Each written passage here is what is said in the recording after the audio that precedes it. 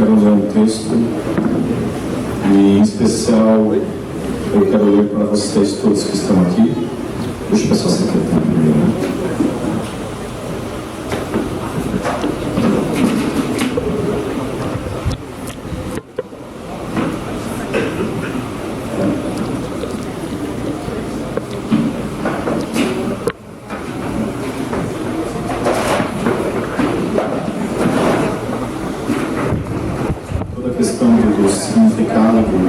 Do batismo vocês já estiveram tratando durante a classe, mas eu quero ler um texto aqui que é o coração das Escrituras, é o coração da história da humanidade, o coração das nossas vidas, a razão pela qual nós fomos trazidos nesse lugar, que está lá em Lucas, no capítulo 23, vocês não adiantam abrir suas Bíblias, vocês vão conseguir ver. Diz assim: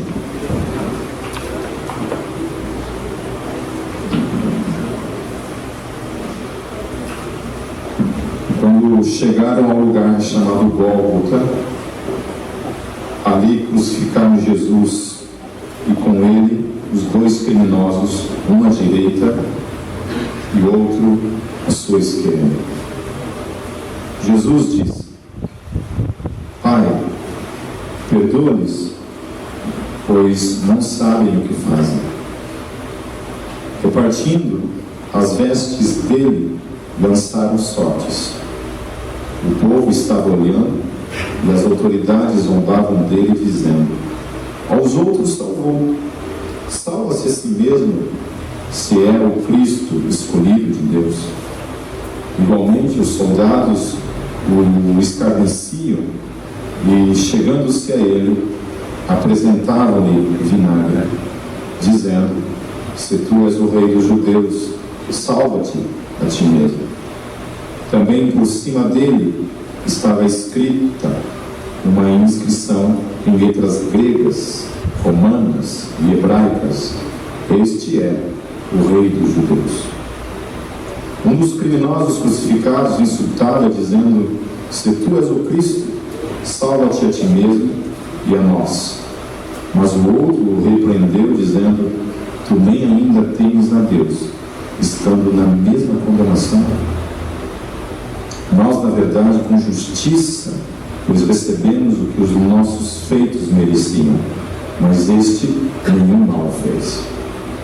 Então disse: Senhor, lembra-te de mim quando entrares no teu reino.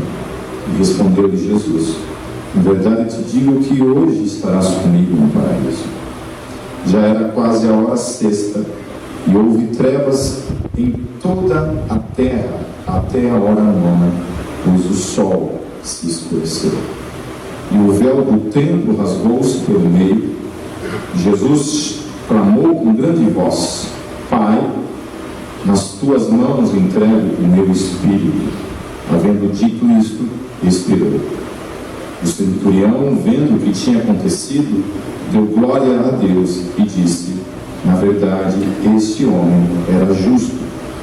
Todas as multidões reunidas para este espetáculo, vendo o que havia acontecido, voltaram batendo no peito. Entretanto, todos os seus conhecidos e as mulheres que o haviam seguido desde a Galileia estavam de longe contemplando estas coisas. Ora, havia um homem chamado José, membro do Sinédrio, homem bom e justo, o qual não tinha consentido no conselho e nos atos dos outros. Ele era da cidade de Arimateia, na Judéia, e esperava o reino de Deus. Chegando ele a Pilatos, pediu-lhe o corpo de Jesus.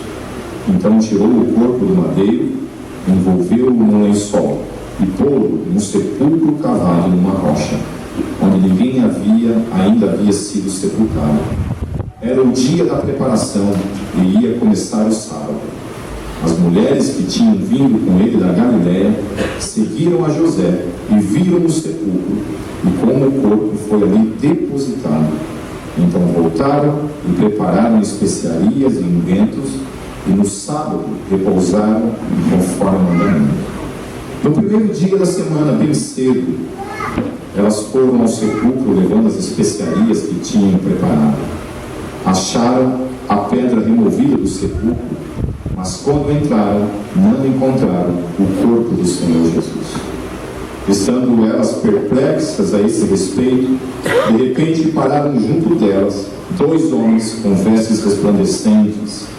Elas ficaram tão atemorizadas que se curvaram com o rosto em terra, mas os homens lhes disseram: por que buscais entre os mortos quem está vivo?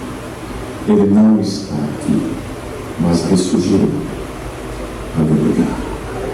Aplaudamos juntos.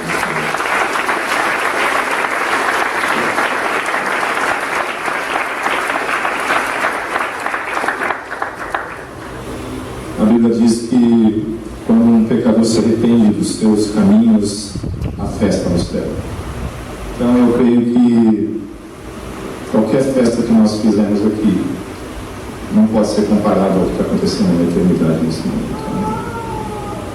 Não conseguimos imaginar o que seriam anjos em júbilo, pulando, o coração do nosso Deus, em sua eternidade, em sua glória, com os santos que já estão na sua presença hoje. Quando o Senhor Jesus fala para aquele ladrão: hoje mesmo você está comigo no paraíso. Hoje até esse ladrão está festejando pela vida de vocês. Amém.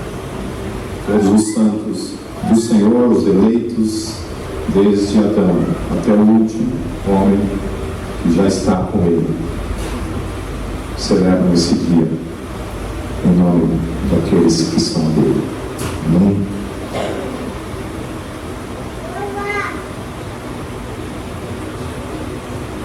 Quando a gente pensa nessa questão de Jesus crucificado, hoje existe uma conspiração no mundo todo sendo disseminado, alguns ditados que são lançados no meio do povo, na internet, na sociedade, palavras que, quando ditas na sua rotina, elas acabam se tornando verdades, mesmo que elas não sejam verdade. Alguém já disse que uma mentira dita 100 vezes se torna uma verdade. Então, muitas mentiras têm sido ditas, por exemplo, que Jesus Cristo não existiu. Foi uma delas. Que Jesus Cristo foi um mito, uma invenção humana. E eu achei muito interessante que, há umas 3 semanas atrás, eu comprei um livro de um ateu. Na verdade, ele é agnóstico, mas, em todo caso, ele não acredita na existência de Deus, ele não acredita na Bíblia, ele não acredita na ressurreição de Jesus. Mas esse homem escreveu um livro comprovando historicamente que há 2000 anos atrás houve um galileiro chamado Jesus. E esse homem revolucionou a história dos seus discípulos. Ele não defende a divindade de Jesus, ele não defende de fato que Jesus ressuscitou ou coisa parecida, mas ele defende que historicamente, há 2000 anos atrás, um homem chamado Jesus dividiu a história.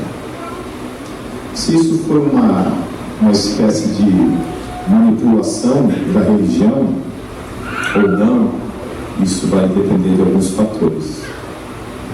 Por exemplo, o surgimento do cristianismo, ele seria impossível de ter acontecido se realmente, há 2000 anos atrás, uma tumba não tivesse ficado vazia. Porque para destruir o cristianismo, bastava simplesmente qualquer pessoa apresentar o corpo de Jesus Cristo.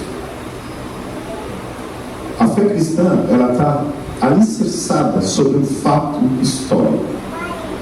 Quando as pessoas dizem que Deus está morto, é necessário então apresentar o corpo deste que está morto. E o grande fato é que a tumba de Jesus de Nazaré, lá em Israel, é a única tumba em toda a humanidade que está vazia. Homens judeus que acreditavam na existência de um único Deus, depois do contato com esse cara, com esse personagem, estavam agora dispostos a irem para as arenas e morrerem por causa dele. Esses homens viram suas esposas, seus filhos, seus irmãos serem comidos, devorados por leões. Esses homens sofreram a perseguição da espada, a perseguição religiosa, a perseguição política, a perseguição militar. E diante disso, há um desafio para o cético. O cético precisa explicar como pessoas inventariam uma mentira e estariam de fato dispostas a morrer por essa mentira. Esse é um desafio. É necessário ter mais fé para acreditar que mais de 500 pessoas inventaram que viram Jesus ressurreto. O apóstolo Paulo fala que ele se apresentou vivo depois de morto. Ele se apresentou vivo para mais de 500 testemunhas oculares. Testemunhas oculares propõem que as pessoas viram, não ouviram falar como eu e você, mas literalmente viram aquele que havia sido crucificado, agora então vivo, ressurreto. E o mais incrível de tudo, que quando ele se apresentou para Tomé duvidando de que aquilo fosse realidade, Tomé lhe apresentou suas mãos com as marcas daquela cruz, com as marcas daqueles pregos que haviam sido pregados em suas mãos. Então, por que eu estou dizendo isso para vocês? Porque a fé cristã, ela está fundamentada em um fato histórico, que é uma tumba vazia. Não é um mito. É um personagem que é histórico. Então você tem a comprovação histórica de que ele realmente existiu. Você tem a comprovação arqueológica de que tem uma tumba vazia. Você tem o testemunho de homens que estavam dispostos a dar suas vidas por ele, morrerem por ele, e foi por causa destes homens que surgiu o que a gente chama de cristianismo, do qual nós estamos aqui hoje, dando continuidade ao mandamento que Jesus deu para eles depois de ressurreto. Jesus chama eles e diz assim: ide por todo o mundo e pregai o Evangelho. O Evangelho significa boas novas, é uma boa notícia. Essa notícia é que Jesus Cristo havia morrido por todos nós naquela cruz, pelos meus e pelos teus pecados naquele dia. E ele fala mais uma coisa: ide e batizai-os. Todo aquele que crer e for batizado, este será salvo. Por que é necessário o batismo? Porque o batismo é uma confissão pública. É uma confissão pública, um testemunho diante de outras pessoas em que vocês não têm vergonha da sua fé. Vocês estão declarando: eu não tenho vergonha da minha fé. Porque o Senhor Jesus disse assim, que aquele que me confessar diante dos homens e das mulheres que estão aqui, eu confessarei diante do Pai. Mas aquele que me negar diante dos homens, eu negarei diante do Pai. Por isso é necessário. O cristianismo implica a morte de nossas vergonhas, de nossa timidez, implica em morte de nossos sonhos voltados apenas para nós mesmos, e é um chamado para a morte, para a cruz, para que por meio da cruz todos nós possamos ressurgir para uma nova vida, muito superior, plena, cheia de lutas, dificuldades, porque agora você, a partir do momento que você começa a caminhar com Cristo, você chama para a briga 3 inimigos que estão constantemente lutando contra você o tempo todo, contra a sua verdadeira identidade, que é o diabo. Nós acreditamos que o diabo realmente existe, e temos provas experimentais na nossa própria vida de que isso é realidade. Não temos uma foto do diabo, logicamente, não temos um fio de cabelo dele, do DNA dele, não temos um pedaço da roupa dele, não temos nada disso. Mas aqueles que já caminham com Cristo sabem o que é isso, já experimentaram o que é enfrentar todos os dias uma luta no mundo espiritual. Outro aspecto que envolve luta constante é que nós lutamos contra esse mundo que está aí fora. Contra este mundo nós estamos falando de pessoas, nós estamos falando de questões físicas, nós estamos falando de questões morais, a moralidade desse mundo, o que esse mundo tenta nos empurrar como certo e errado. Nós lutamos contra aquilo e procuramos viver uma vida segundo a Bíblia, segundo a palavra de Deus, segundo os ensinos de Jesus Cristo. E por último, então, o maior inimigo que vocês têm, que são vocês mesmos. Não existe um botãozinho que se aperta e a gente desliga o nosso lado ruim que está em cada um de nós. E vocês terão que lutar contra isso pelo resto dos seus dias. Aleluia, porque há esperança em Cristo Jesus, de que um dia nós seremos libertos desse lado e seremos finalmente perfeitos. O Senhor Jesus, quando Ele olha para cada um de vocês, para cada um daqueles que estão em Cristo Jesus, Ele chama eles de santos. Ele não importa aquilo que você faz no dia a dia ou deixa de fazer, mas é uma declaração que na eternidade Deus, quando olha para vocês, Ele declara que cada um de vocês é santo.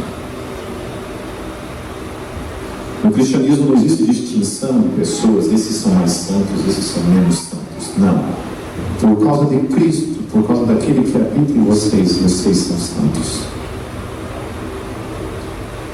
A Bíblia chama vocês de santos. Paulo, quando ele escreve as suas cartas, ele fala aos santos que se reúnem naquele endereço, naquela cidade, aos santos.